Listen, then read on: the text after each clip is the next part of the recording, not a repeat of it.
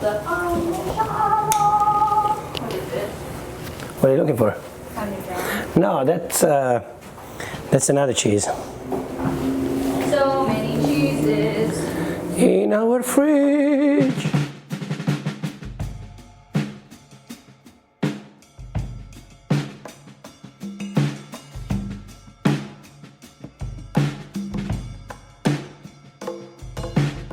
Welcome to our casa, and today we're making butternut squash Alfredo. But before we get started, please like this video, subscribe to our channel, and ring the bell for notifications on future videos. It's definitely a little bit more healthier than your traditional Italian-American Alfredo sauce. Butternut squash is going to be the main star of this dish, and it does not take any cream, and it becomes incredibly creamy. Plus, it's that time of year again. Fall. Let's get to work. We're only going to be using one squash today. It's about a 2-pound squash. Just want to cut off those edges.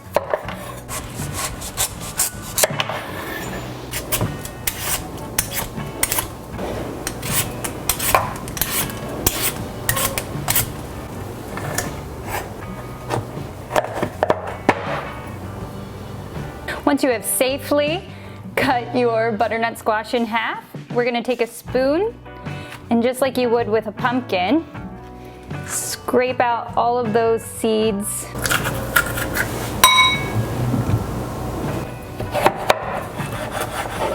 Be careful. You can cut them down in strips first. You're not looking for the perfect little cubes because we're going to be ending up blending all of this down anyway. We just want to get it down to kind of small enough cube pieces so it will cook through perfectly.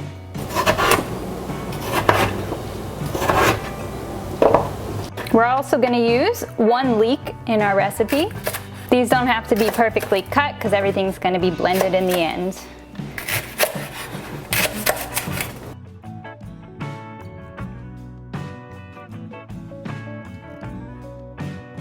And we're going to be using 2 cloves of garlic and 1 shallot.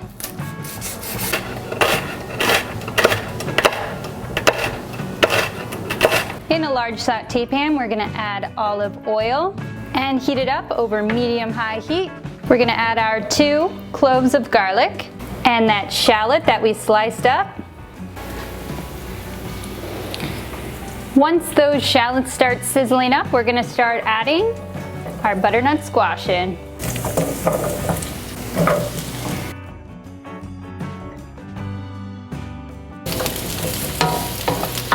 Now add your chopped up leek. At this point, we're also going to season with some salt.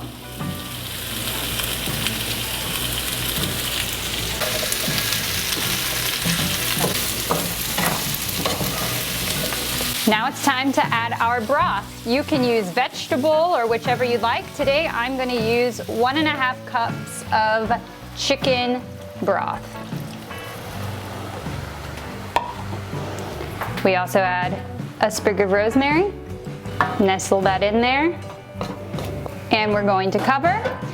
And we're going to keep that cooked on a medium-high heat, covered until everything is nice and soft. That butternut squash, you can break it with a fork. In the meantime, how about some wine? The wine we're drinking today is a very famous, popular Italian wine, and it's called Barbera. We love everything about this wine. It's a hardy, vigorous, low-maintenance kind of grape. It basically grows everywhere, and the result of this wonderful fruit, it's a wine that is completely unpretentious, classic Italian table wine, and most importantly, super affordable. Sounds like me. There is 3 main categories of Barbera, depending from where geographically the vines are located. We have the Barbera di Alba, the Barbera di Asti, and the Barbera del Monferrato. This third one is way less known and popular than the first 2. So let's focus on these 2 main categories. Barbera di Alba, the production area is around Alba and the hills of the Langhe, breathtaking location that we both love today. The other Barbera di Asti geographical area of production is located around the city of Asti. The production, the Barbera di Asti, is produced in massive higher quantities than the Barbera di Alba. The reason is very easy and is connected to the extension of the area of production.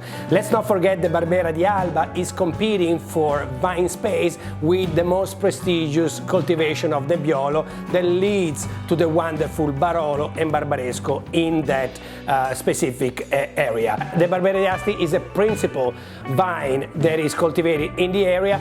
The other production is mainly dedicated to sweet wine, the Moscato. The Moscato d'Asti is the most famous. The characteristic, if you're looking for a dry, highly acidic wine, Barbera is your type of wine.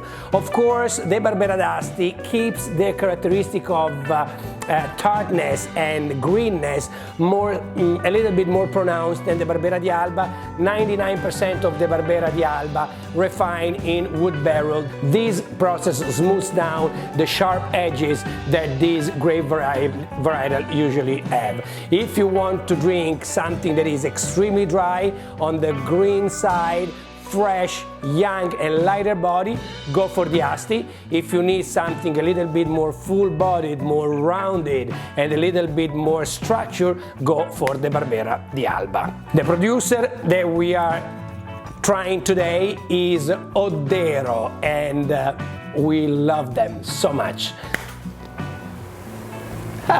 She's there with the Oddero.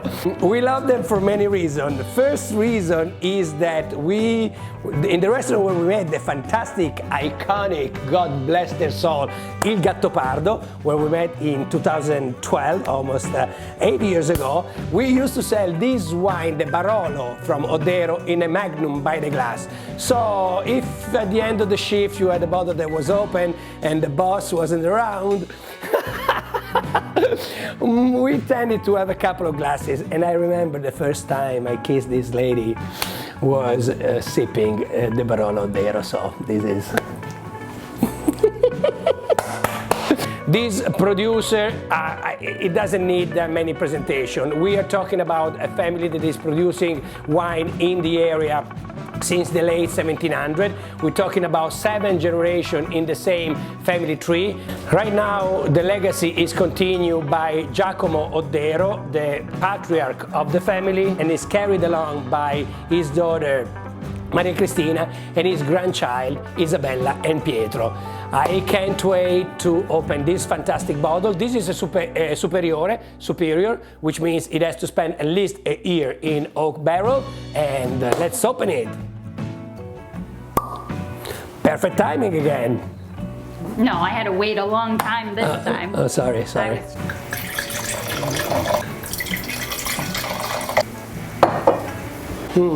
Cheers. I have to say, I'm never disappointed by Oddero. Never. You can always count on Oddero. They've been making wine over there for 300 years. So I think they know something. Yeah. So after your wine segment is done, or 15 minutes after cooking, let's check on our butternut squash.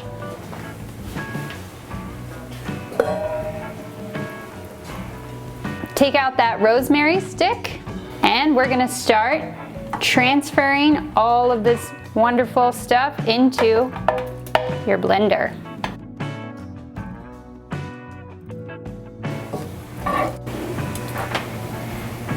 All those beautiful juices from that broth, it's also going in there. Okay. Lid on, make sure it's nice and tight because it is still pretty hot in there. And let's blend.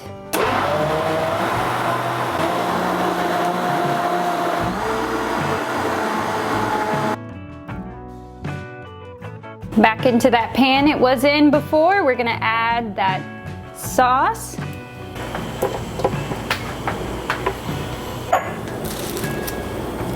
Pasta in. Now we salted our pasta water for this recipe, and we're going to be using linguine, and that's not linguini, does not end in an I, it ends with an E actually. Even though here in the States we always call it linguine, it's actually linguine. But you can use whichever long pasta noodle you'd like. Fettuccine, obviously, really good choice. Tagliatelle, also good. Fettuccine, tagliatelle. Fettuccine, tagliatelle, linguine. While your pasta is cooking, we're gonna turn that flame to medium-low over that beautiful butternut squash sauce, and we're gonna add a big, hefty spoonful of creme fraiche. Mix it around.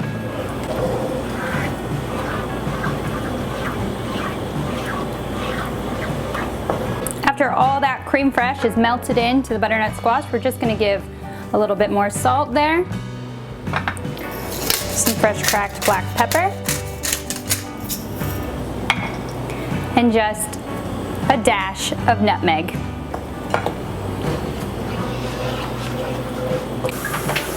Strain our pasta.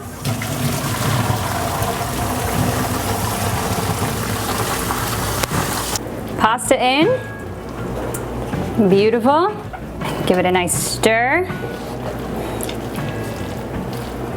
We're going to turn off that flame. And we're going to add some grated Parmigiano. We're also going to sprinkle in some fresh chives.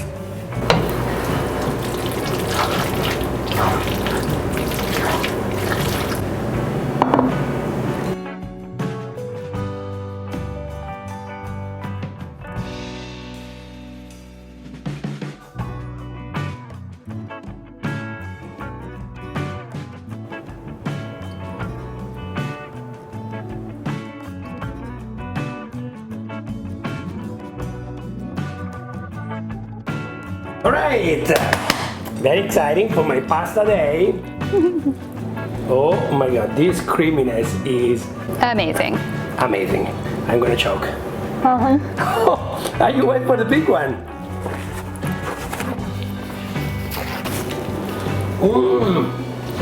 It's so good.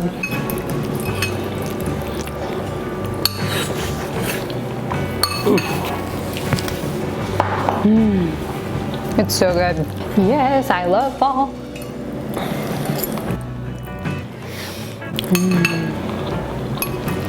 Mamma mia. All right, this is a little bit more of a me-sized bite.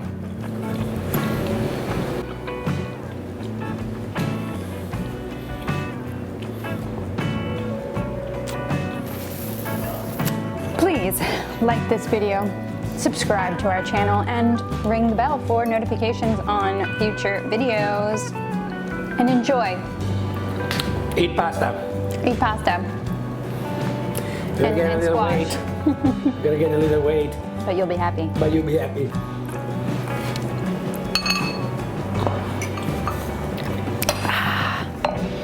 Ciao, ciao.